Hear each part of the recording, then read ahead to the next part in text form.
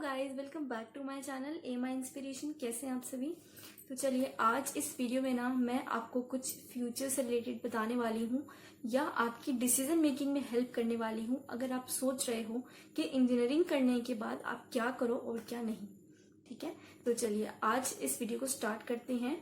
देखिए, आप में से बहुत सारे लोग मेरे चैनल को फॉलो करते हैं और मेरे चैनल को ट्रस्ट करते हैं, ठीक है। इस वजह से मेरा भी फर्ज बनता है कि मैं आपको गाइड करूं आपके फ्यूचर के लिए, अच्छे रेफरेंस के लिए, ठीक है ना। तो आप देखिए, जब आप बीटेक करते हो, मेरा जो चैनल है वो ऑल अबाउट इंजीनियरिंग है। डिप्लोमा हो या बीटेक हो, उसके बारे में गाइडेंस है, चाहे वो आपका सिलेबस हो, कुछ भी हो, ठीक है। कोई भी आपको प्रॉब्लम आ रही हो तो मैं आपको गाइड करती हूँ, ठीक है।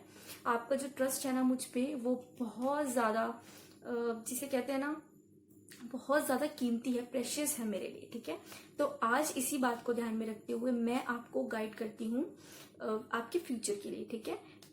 मुझे पता है बहुत सारे लोगों के बहुत सारे सपने होते हैं जिसके लिए आप पढ़ाई करते हो कि पढ़ लिख कर हम पैसा कमाएंगे, अपने सपने पूरे करेंगे, या पढ़ लिख कर हमें क्या करना है, ठीक है।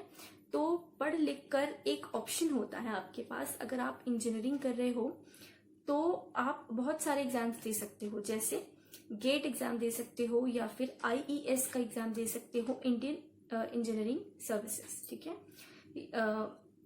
ये दोनों आप एग्जाम देते हो, ठीक है। ये बहुत अच्छे एग्जाम माने जाते हैं और ऑफिसर रैंक के एग्जाम हैं। इसके लिए आपको बहुत ज्यादा मेहनत करनी पड़ती है, बहुत ज्यादा एफर्ट देना पड़ता है, छोटी छोटी बातों का ध्यान रखना पड़ता है और छोटी छोटी बातें, यानी कि जो भी आपका सिलेबस है, इतनी इतनी सी बातें भी आपको याद रखनी पड़ती हैं, जब भी आप उसको क्रैक कर पाते हो, ठीक है।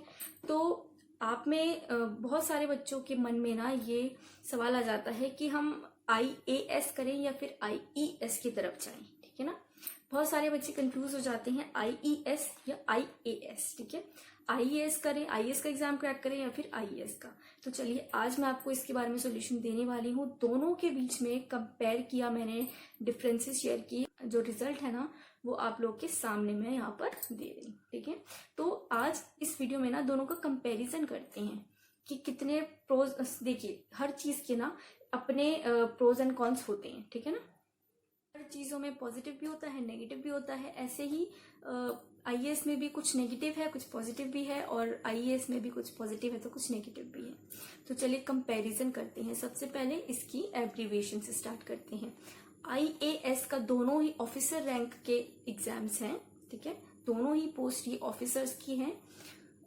आईएएस का मतलब होता है इंडियन एडमिनिस्ट्रेशन सर्विसेज, ठीक है, और आईईएस का मतलब होता है इंडियन इंजीनियरिंग सर्विसेज, ठीक है। अब दोनों का कंपैरिजन करते हैं। सबसे पहले पॉइंट मैंने आपको बता दिया इसका एब्रीविएशन। सेकेंड पॉइंट में आपको ये दोनों ही एग्जाम गजेटेड ऑफिसर के हैं।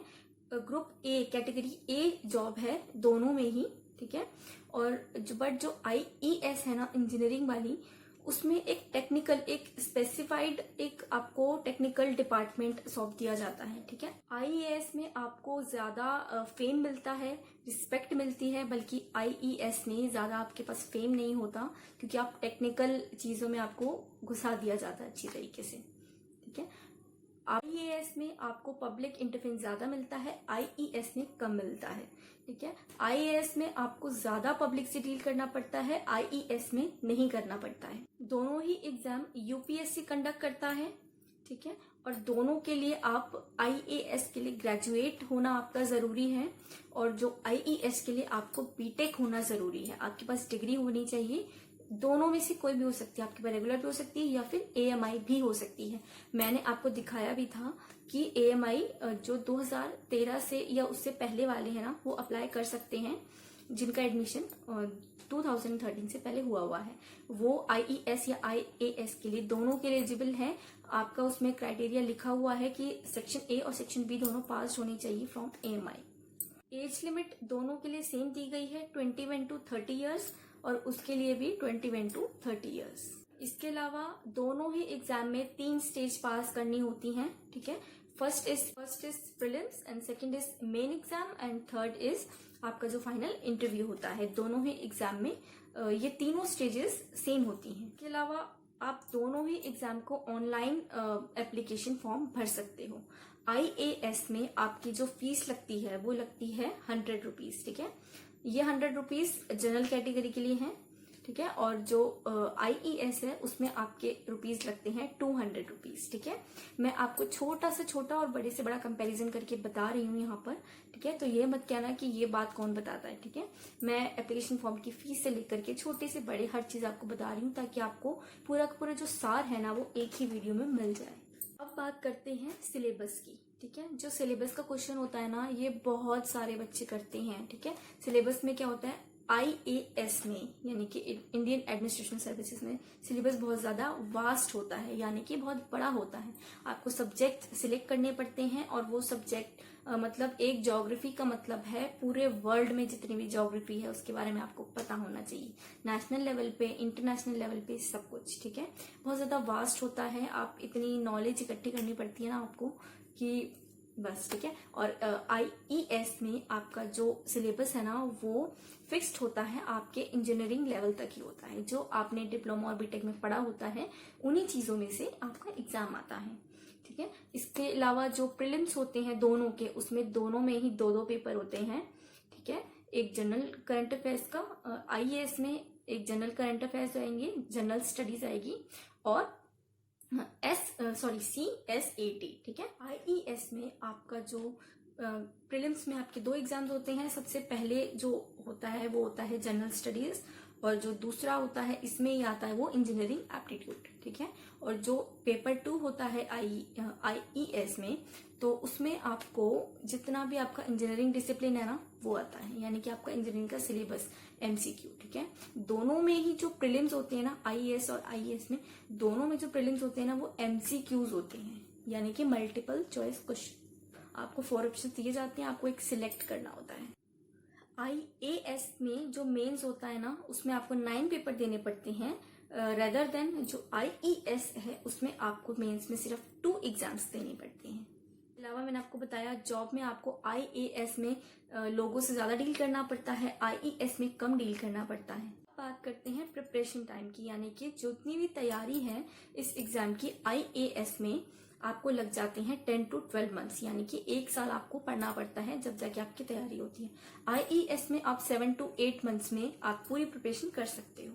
IAS में वैकेंसीज बहुत ज्यादा होती हैं, यानी कि अगर मैं अप्रोक्सीमेटली लेके चलूँ तो 1000, और IES में वैकेंसीज होती हैं ओनली 500। ठीक है, ये एक राउंड फिगर मैंने लिया है, उसमें ये बताने के लिए उसमें ज्यादा है उसमें कम है, हाफ एंड हाफ का चक्कर होता है। उसमें जितनी IAS में होती है उससे हाफ वैकेंसीज IES में होती है। और उसके बाद लास्ट में सबसे मेन डिफरेंस मैं बताने जा रही हूँ, IAS में आपको इंजीनियरिंग वाला भी दे सकता है, नॉन इंजीनियरिंग भी दे सकता है।